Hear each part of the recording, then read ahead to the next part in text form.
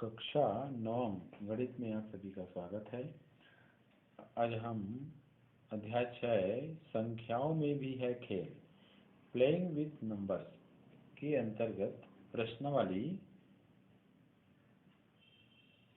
6-2 से सवाल हल करेंगे। तो आज का सवाल क्वेश्चन नंबर 1 है, निम्नलिखित में से कौन सी संख्याएं 5 और 10 की गुणज है? तो 5 और 10 की गुणज संख्याएं हमें बतानी हैं। 5 और 10 की गुणज संख्याएं, जबकि संख्या दिया क्या है प्रश्न में? संख्याएं यहाँ पर दी हुई हैं 316, 9560, 9560, 205, 311, 800 और है 7936, 7936। इन दी गई संख्याओं में से 5 की गुणज संख्याएं कौन सी है और 10 की गुणज संख्याएं कौन सी, ये हमको ज्ञात करना है। तो यहाँ पर देखते हैं, विभाज्यता नियम से हम क्या जानते हैं? 5 से विभाज्यता नियम में, तो यदि किसी संख्या के इकाई का अंक 0 हो अथवा 5 हो तो वह संख्या 5 से पूरा विभाजित होती है। ठीक है, तो अब इसमें से देखिए, इकाई में 0 और इकाई में 5 ऐसी संख्याएं कौन कौन सी है? एक तो 9560, दूसरा 205 और तीसरा इकाई में 0 वाली संख्या क्या है? 800। तो ये तीनों ही संख्याएं 5 से विभाज्य होंगी, या इसको 5 की गुणज बोल सकते हैं। 5 की गुणज संख्याएं लिख दीजिए, 9560 और 205 तथा 800। ठीक, अब हमको 10 की गुणज संख्याएं देखनी है, तथा 10 की गुणज संख्याएं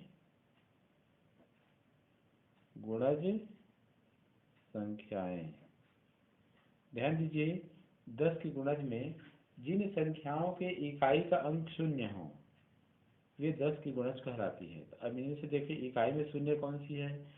ये वाले संख्या की इकाई में 0 है और इसके इकाई के 0 में है, तो यहाँ पर ये दोनों संख्याएं 10 की गुणज होंगी, अर्थात ये दोनों संख्याएं 10 से पूर्णतः विभाजित होंगी। तो 9560 तथा 800। ठीक है, इस प्रकार ये हो गया। प्रश्न क्रमांक 2 में हम आते हैं, आइए देखते हैं। आइए प्रश्न क्रमांक 2 देखते हैं। 2 अंकों वाली एक ऐसी संख्या जो 3 से विभाज्य है, उसका इकाई का अंक 8 है, तो दहाई के अंक क्या क्या हो सकते हैं? आइए हल करते हैं। हल, जैसे कि प्रश्न में कहा जा रहा है 2 अंकों वाली संख्या, ठीक है ना, तो 2 अंकों वाली संख्या, तो 2 अंकों वाली संख्या में एक तो इकाई का अंक होगा, इकाई का अंक, और दूसरा यहाँ पर हो जाएगा क्या? दहाई का अंक, दहाई का अंक। ठीक, तो इकाई का अंक प्रश्न में कहता है 8 है, इकाई में क्या है? उसका इकाई का अंक 8 है, तो दहाई के अंक क्या क्या हो सकते हैं? तो माना कि दहाई के अंक क्या हैं? x हैं, अर्थात 2 अंकों वाली संख्या क्या हो जाएगी? x 8 हो जाएगी। इकाई में 8 है और दहाई में x है। ठीक है, तो यहाँ पर हमने माना है दहाई का अंक x माना गया है ना, क्योंकि नहीं पता है तो मानना पड़ेगा हमको। अब प्रश्न आगे क्या कहता है, फिर से पढ़ते हैं।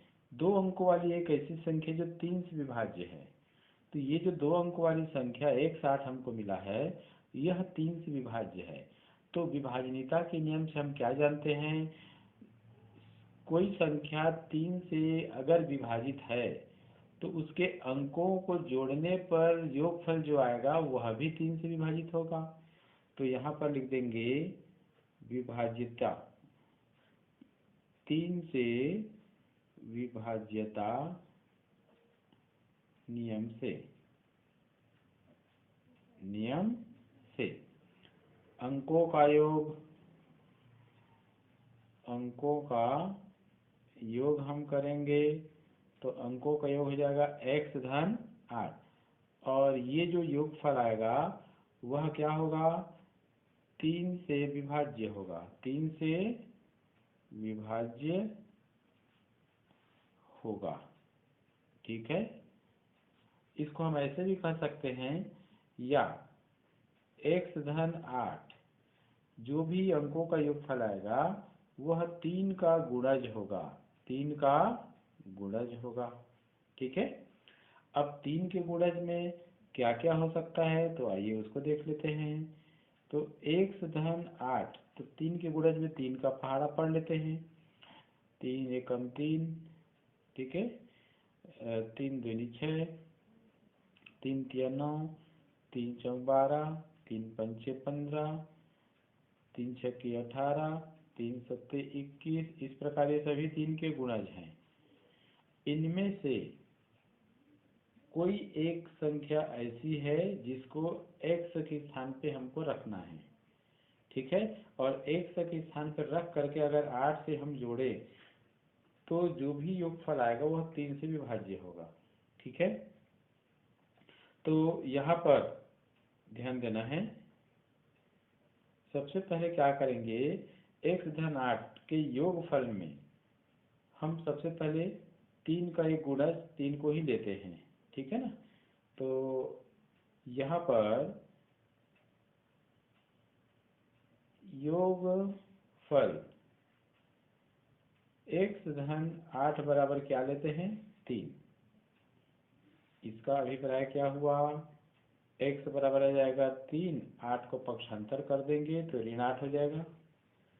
फिर देखिए तो x बराबर क्या आ गया, यह हो जाएगा ऋण 5। ध्यान देना है, x का मान यहाँ पर ऋण 5 आ रहा है, जो कि संभव नहीं है, क्योंकि ऋणात्मक मान इसमें नहीं हो सकता। कोई भी 2 अंकों वाली संख्या रहेगी तो उसमें ऋणात्मक मान तो होगा नहीं। ठीक है ना, तो यहाँ पर ये ऋणात्मक मान संभव नहीं है, तो इसको लिख सकते हैं हम स्वीकार्य नहीं है, यह स्वीकार्य नहीं है। ठीक है, आइए अब हमको योगफल में 6 को लेकर देखना होगा। तो यहाँ लिख देंगे योगफल x धन 8 बराबर हम 6 मानते हैं।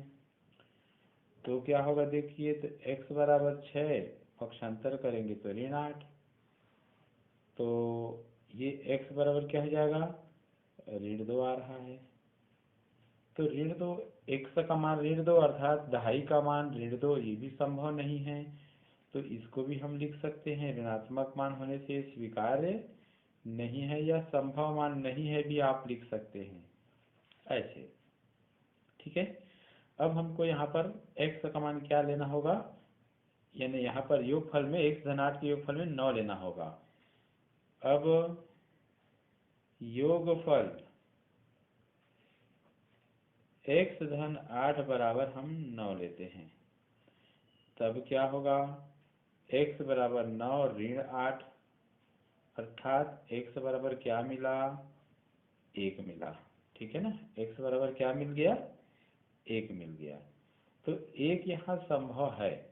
ध्यान देना है, अगर हम x की जगह 1 रखते हैं तो 1 और 8 का योग होता है 9, और 9 जो है 3 से विभाज्य है, या 3 का एक गुणज है, 3 तिया 9।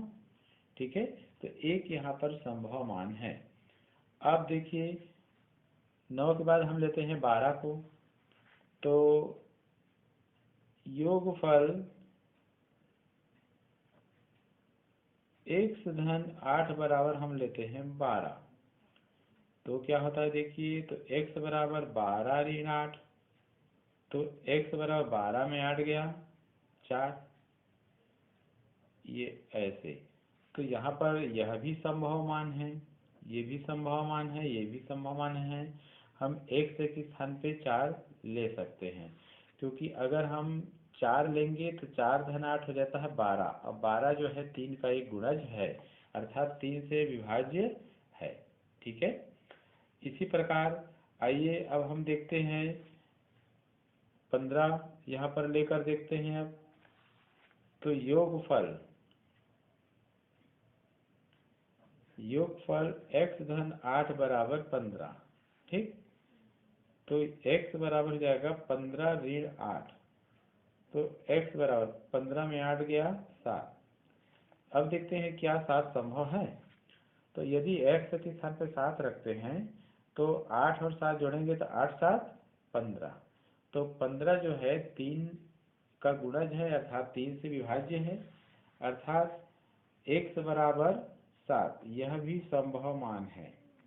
ठीक है, इसके बाद एक और अजय से आ जा रहा है 18 गुणज, तो यहाँ पर ले लेंगे यदि योगफल x धन 8 बराबर हम क्या ले लें 18 ले, तो क्या होगा देखिए, x बराबर 18 ऋण 8, तो x बराबर क्या आ गया, यहाँ 10 मान आ रहा है, ध्यान देना है, x का मान आ रहा है 10, लेकिन x क्या है यहाँ पर दहाई का अंक है, जो कि केवल एक अंक वाली संख्या होगी। क्या होगी, एक अंक वाली संख्या। तो यहाँ लिख देंगे जो कि संभव मान नहीं है, मान नहीं है। कारण लिख देना है, क्योंकि x का मान, यहाँ पर x का मान ले सकते हैं, क्या हो सकता है, एक अंक वाली ही संख्या होगी, x का मान एक अंक वाली संख्या होगी, ऐसे करके। ठीक है, तो इस प्रकार से ये बना। आगे अब हम देख सकते हैं, तो अतः x का संभव मान क्या क्या होगा, 1 4 7 होगा, ऐसे ये हम आंसर लिख सकते हैं ऐसे। ठीक है, आप यहाँ पर मूल प्रश्न में ना x धन 8 बराबर जो भी संख्या आएगा, तो x की जगह अगर हम 1 रखेंगे तो 1 धन 8 9, जो कि 3 से विभाज्य है। अगर x की जगह में 4 रखेंगे तो 4 और 8 12, 12 भी 3 से विभाज्य है। 7 रखेंगे 7 धन 8 15, 15 भी 3 से विभाज्य। इसके अगर कोई और एक अंक वाली संख्या रखते हैं ना, तो वह स्वीकार्य नहीं होगा, क्योंकि वो 3 का गुणज नहीं है होगा। ठीक है ना, तो इस प्रकार से ये हमने बनाया। आइए प्रश्न क्रमांक तीसरा देखते हैं। संख्या 35p, यहाँ पर p का मान अज्ञात है। 35p 5 का एक गुणज है, यानी ये जो संख्या है वह 5 का एक गुणज है। तो p का मान बताइए, यानी यहाँ पर p के स्थान पे हम कौन सी संख्या रखें कि ये पूरा संख्या 5 का गुणज ही होगा। ठीक है ना, तो आइए एक संख्या को लिख देते हैं। संख्या है 35p, ध्यान देना है, क्योंकि ये जो संख्या है वो 5 का गुणज है। अब 5 का गुणज है, अर्थात ये संख्या 5 से विभाज्य है। ध्यान दीजिए, क्योंकि 35p 5 का एक गुणज है, अर्थात 5 से विभाजित है,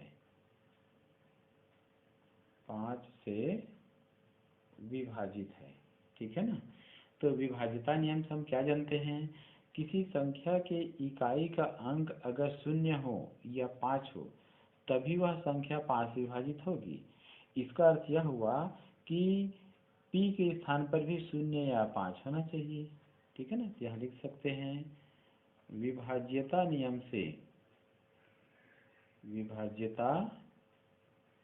नियम से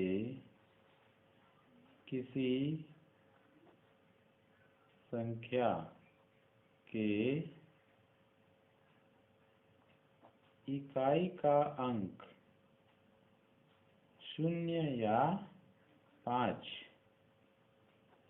होने पर ही वह 5 से विभाज्य होगा, 5 से विभाज्य होगा अथवा 5 का गुणज होगा, 5 का गुणज होगा। तो इसलिए p के संभव मान 0 या 5 हो सकते हैं आंसर ऐसे। ठीक है, आइए प्रश्न क्रमांक 4 देखते हैं। 6a 3b एक संख्या है 4 अंकों वाली जो 9 से विभाजित है। ठीक है, तो a तथा b के मान ज्ञात कीजिए। हल करते हैं तो यहाँ पर संख्या के एक बार लिख देते हैं संख्या। ठीक है ना, तो संख्या लिखेंगे तो क्या आएगा, संख्या देखिए 6a 3b ऐसे लिख दिया हमने। तो चूंकि यह संख्या 9 से विभाजित है कहा जा रहा है प्रश्न में। ठीक है ना, इसका अर्थ यह हुआ इन संख्या के अंकों को यदि हम जोड़ें तो जो योगफल आएगा वह भी 9 से विभाजित होगा। ठीक है ना, तो इसलिए हम अंकों का योग कर लेंगे। अंकों का योग, तो यहाँ पर अंकों का योग करेंगे 6 धन a धन 3 धन b। तो अंकों का जो योग आएगा ना वह क्या होगा, 9 का क्या होगा, कोई गुणज होगा।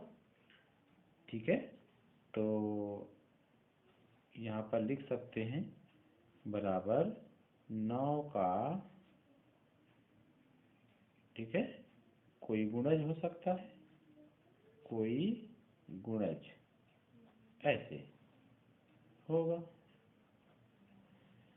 यहाँ पर देखिए 6 और 3 को जोड़िए 9 आ गया, धन a धन b बराबर 9 का कोई गुणज। ठीक, तो चूंकि यहाँ 9 तो क्या है, 9 से विभाज्य ही है, तो इसको हम छोड़ करके ऐसा भी लिख सकते हैं, शेष जो अज्ञात संख्या है इन दोनों का योग जो भी आएगा वह 9 का गुणज आएगा, 9 का कोई गुणज होगा या होना चाहिए लिख सकते हैं। ठीक है, तो अब प्रश्न उठता है कि 9 के गुणज में क्या हो सकते हैं। तो यहाँ पर 9 के गुणज में हम देखते हैं क्या, 9 है, 18 है, 27 है, 36 है, इस प्रकार से 9 के सब गुणज हैं। तो आइए क्रम से एक एक को देखते हैं योग में। अब यदि, ठीक है ना, अब यदि क्या है a धन b, ध्यान से देखना ना, a धन b, ठीक, तो बराबर अगर हम क्या माने, 9 माने, ये वाला 9 ले रहे हैं शुरू में, तब a बराबर अगर हम 0 मानते हैं, a बराबर क्या मानते हैं, ऐसे a बराबर 0 मानते हैं, तो b का मान क्या हो जाएगा, देखो a का मान 0 को पक्षांतर करेंगे तो b का मान क्या मिलेगा, 9। a का मान यदि हम 1 मानते हैं तो b का मान क्या मिलेगा, पक्षांतर करेंगे तो 9 में से 1 गया 8। ए का मान अगर 2 मानते हैं तो बी का मान क्या हो जाएगा 7। ध्यान देना है, यहाँ पर मान रखना है ना। ए का मान 1 रखेंगे तो 1 धन बी बराबर 9, या 2 धन बी बराबर 9, 2 रखेंगे तो 2 को पक्षांतर कर दे तो 9 ऋण 2 तो 7 ही तो आएगा। तो 6, ए बराबर 4 तो बी बराबर 5। इस प्रकार से यदि ए बराबर 5 लेते हैं तो बी का मान मिल जाएगा कितना 4। ए बराबर 6 लेने पर बी का मान मिलेगा 3। ए बराबर 7 लेने पर बी का मान मिलेगा 2। ए बराबर 8 लेने पर बी का मान मिलेगा 1। और ए बराबर 9 लेने पर बी का मान मिलेगा 0। ठीक है, ये सभी माने किसके लिए है? यदि ए धन बी, ध्यान दीजिए, यदि ए धन बी बराबर हम 9 लिए हैं तो अब अगला गुणज यहाँ पर है 18। अगला गुणज क्या है 18। यदि ए धन बी बराबर 9 के स्थान पर अगर हम 18 माने तो क्या होगा उसको भी देख लीजिए। अब यदि ए धन बी बराबर 18 लें तब ए का मान यहाँ पर अगर हम 9 मानते हैं, क्या मानते हैं 9, तो बी का मान भी क्या होगा 9 होगा। ठीक है, ए का मान 9 मानने पर क्या होगा बी का मान भी 9 होगा। शेष 2 तरीका है आप पूर्व में देखे हैं। ठीक है, तो इस प्रकार से ये हो गया। और तथा यदि हम ए धन बी बराबर अगला जो गुणज है 27 है उसको अगर हम लें ऐसे, ठीक है, तो यहाँ पर ध्यान देना है, यहाँ पर ए व बी के कोई संभव मान नहीं होंगे, कोई संभव मान नहीं होंगे। ठीक है, क्यों नहीं होंगे? क्योंकि दोनों 0 से 9 तक कोई एक अंक की संख्या है। ठीक है ना, ये जो ए और बी यहाँ पर माना गया है ना, कहाँ पर ए और बी, ये दोनों ही एक एक अंक वाली संख्या है, जो कि 0 से लेकर 9 तक कुछ भी हो सकता है, जैसे यहाँ पर दिखाया गया है। लेकिन यदि हम ए धन बी बराबर 27 मान रहे हैं तो इस स्थिति में ए और बी दोनों में से एक अंक वाली संख्या अर्थात 0 से 9 तक होना संभव नहीं होगा। जो भी संख्या आएगा वो 2 अंक तक चली जाएगी। ठीक है ना, तभी तो दोनों का योग 27 आएगा। तो इस प्रकार से ए व बी के कोई संभव मान इसमें 27 अगर गुणज लेते हैं तो नहीं होगा। तो इस प्रकार ए के 0 से 9, ये यहाँ पर देखे हैं 0 से 9 मान, ये देखो ए के 0 से 9 तक मान के लिए बी के 9 से 0 तक सभी संभव मान हैं, सभी संभव मान है आंसर, ऐसे आप कह सकते हैं। ठीक है, प्रश्न क्रमांक 7 देखते हैं प्रश्नावली का। संख्या 169 क्या 13 से विभाज्य है? 13 से विभाज्य है। तो आइए देखते हैं हल। हमारे पास 4 अंकों वाली संख्या के लिए एक सूत्र है, 4 अंकों वाली संख्या का सूत्र है, देखिए, और वह सूत्र है ए धन 4b धन 3c ऋण d। इस सूत्र से हम तुलना करेंगे या इस सूत्र में हम मान रख करके हल करेंगे। अगर हर इनका हल शून्य आता है या 13 का गुणा जाता है तो दी गई संख्याएं क्या होंगी, 13 से विभाज्य होंगी। ठीक है, आइए देखते हैं यहाँ पर। चूँकि ये 3 अंकों वाली संख्या है तो इकाई की तरफ से हमको तुलना करना है, यानी यहाँ पर a का मान 0 हो जाएगा। तो संख्या 1, 6, 9 इसको हम 4 अंक बना लेंगे, या संख्या 0, 1, 6, 9 यहाँ पर a के स्थान पर 0 है, ठीक है, और b के स्थान पर क्या है, ध्यान दीजिए, यहाँ पर b के स्थान पर 1 है, c के स्थान पर क्या है, 6 है, ठीक है, और d के स्थान पर क्या है, d के स्थान पर यहाँ पर 9 है। तो इसलिए इस सूत्र में मान रख देंगे, a धन 4b धन 3c ऋण d बराबर, यहाँ पर है 0 धन 4 गुणित 1 धन 3 गुणित 6 ऋण d का मान है 9।